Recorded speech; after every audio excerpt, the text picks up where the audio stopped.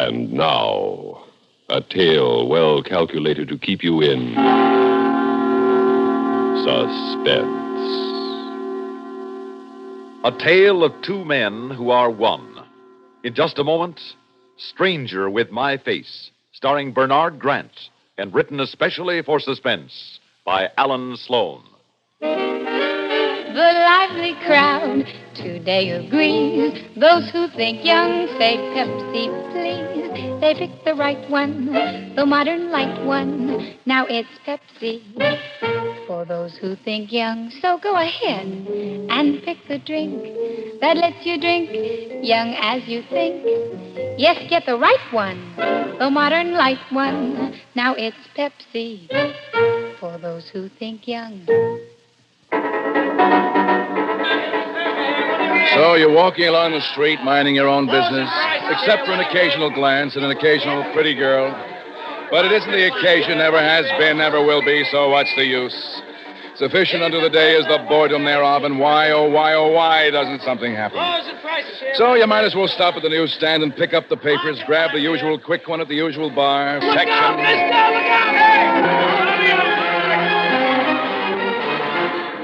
Anybody get the taxi's license? Oh. Hey, give him air. Oh. Come on, give him room. He's coming too. Easy, yeah. easy, mister. Here, let me help you to the curb. Gee, talk about your close calls, mister. Hey, what happened? Where am I? Where's my hat? Now, what happened? You was reaching for the papers I was handing you. The mob shoved you in, a taxi sideswiped you. If I was you, I'd go straight to the doctor and see if everything's still in the right place. But this isn't my hat. Well, believe me, mister, it's the one that come with the head you're still wearing. Fine way to start the day. Yeah, ain't it, though? It's a real close start the day. Mister, you sure you're all right? Those are the evening papers. And you owe me 14 cents. 14? Since when? Times and Tribune, 7 apiece, like any evening paper. The Times and Tribune are morning papers. Not in Chicago, mister.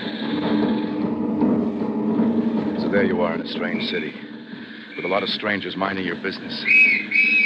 And a strange sound of the police whistles. And a strange big star in the cops' uniforms. And strange names on the buses: Boulevard, Halsted, State. No. What you need is something familiar to cling to, like a shot glass of bourbon.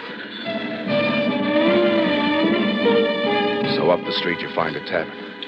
You sit down at its totally strange bar. And a totally strange bartender greets you with... Evening, sir. Your usual? My usual? What's that? Always a kitty. Scotch on a rock, soda on the side. Your impulse is to say, I hate Scotch. But you don't say it. Something, now that you've discovered where you are, Chicago, something makes you want to know when you are. The newspapers will tell you. July 13th, 1961. Yes, sir, all day. Scotch or no Scotch, you make it do. Despite the warmth of the stuff clawing its way down, the taste it leaves is like old iron in your mouth. You lift the glass of soda. The bartender moves away. And the stranger in the mirror drops his glass. Oh, I'll clean that up, Mr. Morris. Bartender. Yes, sir. Now, look, don't think I'm drunk, but, do you know me? Do I know you? What do you mean, do I know you? Do you know who I am? My name. Why, sure, Mr. Morris. You're Mr. Morris, one of my regulars. Mr. Morris, one of your regulars. Well, tell me, what's my first name? Why, I've heard your friends, sir. I've heard them call you... Mr. Morris, you're joking. No. My first name, please. Why, they call you Chuck. I guess it must be Charles. Look, Mr. Morris, if you're not feeling wait. well, When I sat down, you asked me if I wanted the usual. And you served me... Scotch, like always. How long is always? Why, let's see. It must be 2-3 years you've been coming in nearly every day around this time, and it's always Scotch on the rocks, soda on the side. 2-3 years. And this is Chicago? Yes, sir. July 13th, 1961? Yes, sir, all day. yeah, very funny. Would you like to hear something really funny? Very, very funny? Why, sure, Mr. Morris. Anything for a laugh. Then laugh at this! As far as I know, this isn't Chicago, it's New York. It isn't July 1961. It's March 1957. Now, listen, and it's Mr. morning. Morris, It's please. not evening. But funniest of all, my name isn't Morris. And it isn't Chuck but Charles. It's Walters. Edward Eddie Ed Walters. And this'll kill you. You will die laughing. That isn't me in the mirror. I never saw that face before in my life. Up the street is a cheap hotel where they don't care what name you register under. But the face in the mirror upstairs is still a stranger's, with its gray hair, heavy-rimmed eyeglasses, and mustache. Impossible. Who am I?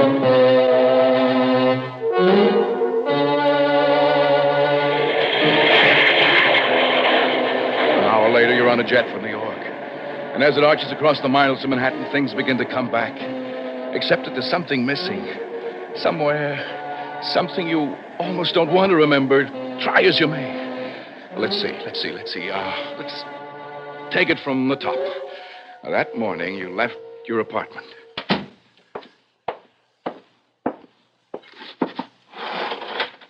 Morning, Mr. Walters. Nice day if it don't rain, huh? Morning, Frank. Going on a little trip, huh, sir? How'd you know? I seen a bag, so that's all. Oh. Well, look, Frank. Yes, sir? If anybody calls this morning, don't let them disturb Mrs. Walters. She isn't feeling so well. You know? Right. And if anybody asks about me, well, frankly, I'm sneaking off to Florida to play golf and fish, you know. Sure. But How it is. if anybody asks, I'm out of town on a business trip. You don't know where I am or when I'm coming back, right? Sure thing. Hey, gee, thanks, Mr. Walters. For that kind of dough, I never even seen you in my life.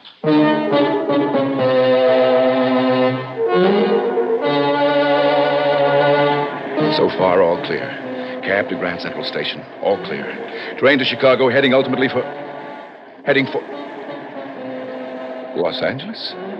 Portland? Vegas? No, that you can't recall. Or for the life of you why you left. After 7 years. 7 years with the wrong woman. And her men. And her bottles. And her yakety, yakety, yakety, yak. But still, you can't really remember much beyond arriving in Chicago and walking down a dark street. Wait. It's all coming back now. Mister, Yes? you got a cigarette? Well, sure. Here, help yourself. Thanks. Match? Oh, yes. Oh, wait a minute. Here's my lighter.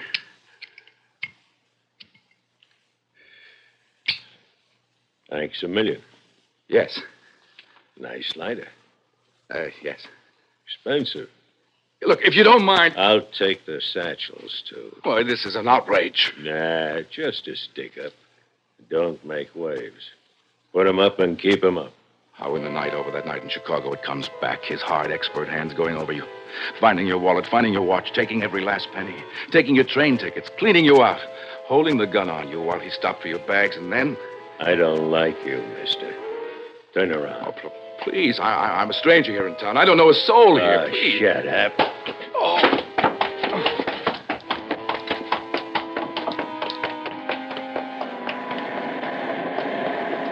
That must have been when it began. A slugging in the dark. And then awakening to find you had nothing to remember yourself by. When a stranger found you in his parking lot come morning. Are you all right? I think so. Oh, no. Oh, my head. Well, let's have a look. Hey, you're lucky you're alive, man. You've been mugged pretty good. Look, I tell you what. My office is next door. Suppose you come in and get clean. No. I was going someplace. But I can't remember. All right. If it isn't too much trouble. Oh, nonsense. You do the same for me. You'll feel better with some coffee and a shave. Come on your feet, fella. Oh, by the way, my name is Shaw, Clifford Shaw. I'm in real estate. Well, Oh, my name is Morris. Charles Morris. Oh, I get it. Morris for that building across the street. Charles for the station. Well, it doesn't matter, fella. I'll still stake you to a breakfast. No. You don't understand. I don't know my name. I don't know where I am, or who I am, or anything. I just don't remember anything.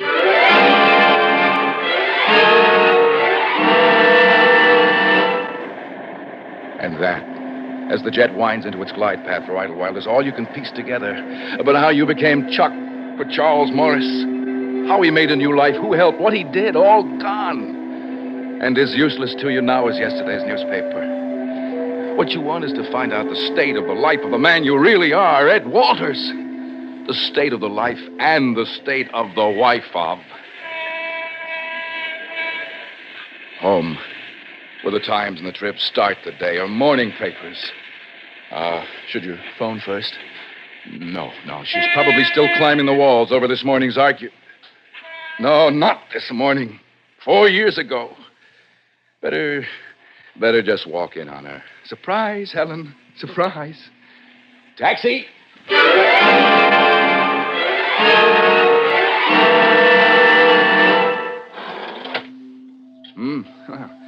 Same lobby. New elevators. Automated. Buttons to press. You press 14. 3. What did you read once about amnesia? 5. Nature's healing way of helping the mind forget. 7. Forget something the mind recoils from remembering. 9. A knock on the head is only the trigger to forgetting. 11. What did you want to forget? 14.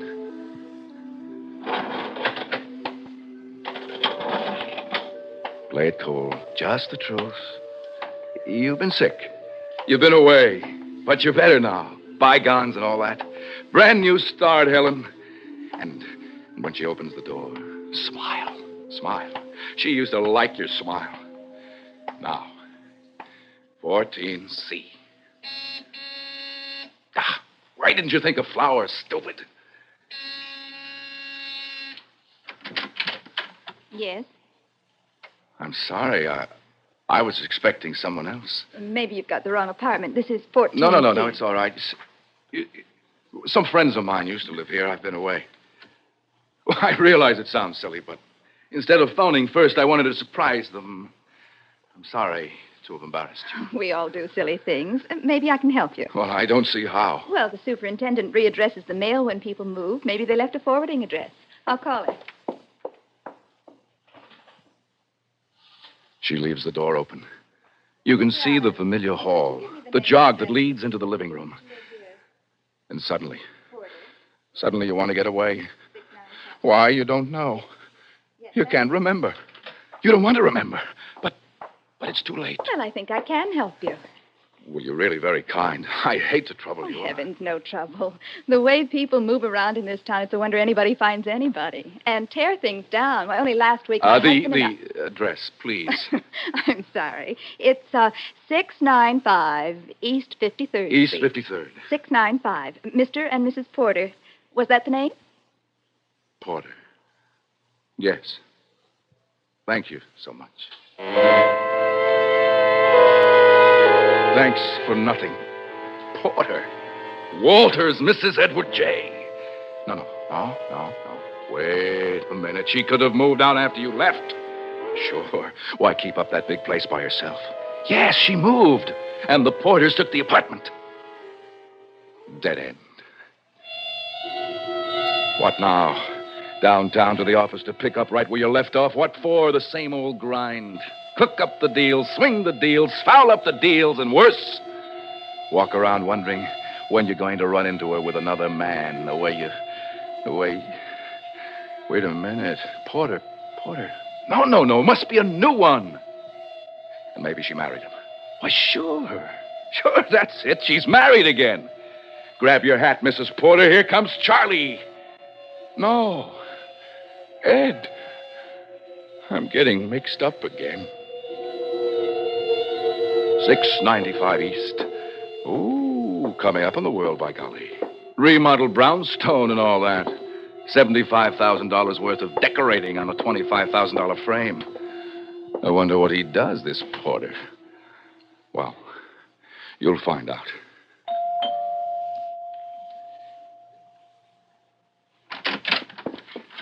Yes? Mrs. Porter, Yes? I wonder if you can help me. I was given your name and address by the superintendent of the apartment house you used to live in, see? Just a moment. May I ask who you are? Do you have any identification? Huh? Oh, yes, of course. Forgive me. Here's my card. Charles Morris, real estate. Chicago? What's this all about? It's a legal matter, Miss Porter. You see, my firm represents an estate in Chicago. Very complicated holding, Chicago, Washington, New York. I see. Well, to make a long story short, we can't seem to locate the Walters, Mrs. Walters to be specific, who lived in your apartment, 14C, before you. I still don't understand. You see, Mrs. Walters is one of the people whose signature my firm needs to clear up the estate, New York-wise. Oh. Well, how can I help you? Anything you might tell me about them. Do you know by any chance where they went after they moved out of 14C? Of course not. All we were given to understand by the real estate agent was some kind of trouble between them. Oh, trouble. Well, would you know? No, just trouble. If you really want to find out, I should think you'd go to the police. Well, I don't know. I'd hate to do that. So I'll bet you would. The nerve of you coming here like this. I think I know what the trouble was between the Walters. Men like you ought to be put away. Dead end. One avenue left open. Friends, the Betts, the Markers, the Farrens. They might know, they might help. But then again, they might not. Who would know? Who would know? Who would help? Something happened back there in 57, back there in 14C. Who would know? I should think you'd go to the police. Maybe she had something there. The real estate story is your best card.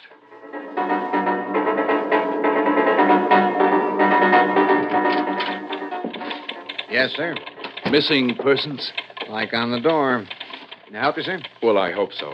You see, it's rather complicated. Aren't they all? Sit down, sit down. My name is Charles Morris. I'm from Chicago. Here's my card. Real estate. Yes, sir. My firm is involved in an estate problem, but some of the titles to the individual parcels aren't clear. Now, there's a Mrs. Edward Walters. Walters, right. Middle initial J. Listed as one of the title holders of a problem parcel. We just can't seem to find it. No, I've checked the former addresses, friends. Can't locate her. Just dropped out of sight. Happens every day. So I thought it might simplify matters before engaging a private investigator if I came to you. All right, let's throw a check into it. Sam. Yeah? Another cop at a typewriter swings around. Sam, give me a search on Walters, Mrs. Edward J. Yeah. What's her first name? Oh, that would be Helen. Try Mrs. Edward J., then try Helen. You take the wanteds, I'll take the missing. Oh, what's that, Sergeant? Oh, sometimes a missing person is wanted for some crime somewhere, so we file them both in here. Oh, I see. But I doubt... Well, you never can tell. Never hurts to make sure. Want to take a minute to double check. Vikowski, Wald, Wallace, Walsh, Walton, Walter. Walter? Walters, with an S. Walters. Nope. Nobody here by that name, Mr. Morris. Yeah. Nothing under Walters with an S. Sorry. Let me see what Sam's got under the warrant. Oh, that's all right, Sergeant. I suppose I'll just have to advertise. Hold your horses. We might have something here. Well, I'm a little pressed for time. I said hold on a minute, mister. Well, all right. You sit there with two New York cops minding your business, and you want to run. The way the sergeant said, hold on a minute, that was no request. That was a command. What a fool thing to do. What a fool place to come to.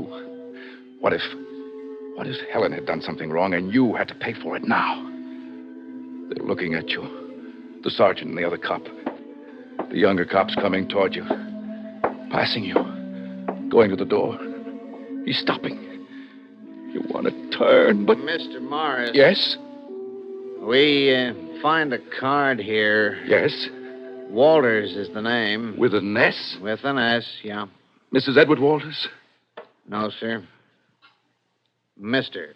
Oh, well, that's step in the right direction, I'll look him up. You don't understand, Mr. Morris. This is a wanted. Let me read it to you. Well, I don't think that's necessary. You see, we're not interested in Mr. Walters at all. We are. It says here, Walters, Edward J., age 38. How old are you, Mr. Morris? 35. Height 5 feet 11, hair black, weight. Well, I don't have to go through the whole thing. There's a picture. No mustache, no glasses, no crew cut. But even so... Now, it says something else on the card. You don't know what it says on the card? One word. One word, Mr. Walters. All right. I'm Walters. But I've had amnesia. I really was Charles Morris for 4 years. I just wanted to find my wife. I can't remember anything. What does it say on the card? You had amnesia? That's a weird story. How can you make him believe you? Or Sam, the other cop, standing with his back to the door. You turn, and you are looking straight into a police-positive 38. And it is looking straight at you, and it is not wobbling. But everything else is getting wobbly. It's hazy, strange, forgettish. Your head, what's happening? You'll never find your wife, Mr. Walters. It says here you're wanted for murder. Hers. Now come along quiet, Mr. Walters. That's best. Sam, mind the store. Now I know. What do you know? Well, I was trying to forget. I killed her. Yeah. That's what it says here. Where? On the card. Dad, you better not talk. Anything you say, Mr. Walters. Walters? Come on. Let's go down the hall. You called me Walters. Walters, Morris, have it your way. But who is Walters? My name is Morris. Sure it is. Put the collar on him, Sam. Let the head shrinkers figure this one out. Look! My card. I'm Chuck Morris, Chicago. Where? How did I get here? What city is this? What do you want with me? Why do you call me Walters? What do you want with me? My name is Morris. Morris! Morris! Morris!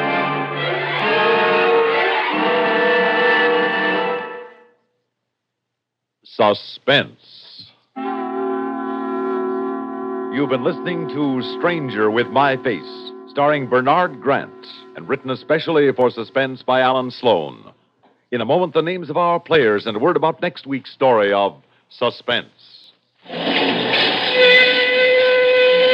am I glad this day's over. My athlete's foot is killing me. Itches and stings. Hey, try NP27. Really worked for me. NP27 treatment roots out athlete's foot, penetrates below skin surface where other remedies can't reach, even into toenails. NP27 liquid stops itch, relieves pain, promotes healthy tissue. NP27 powder guards against new infection. NP27 treatment roots out athlete's foot, or your druggist will refund your money.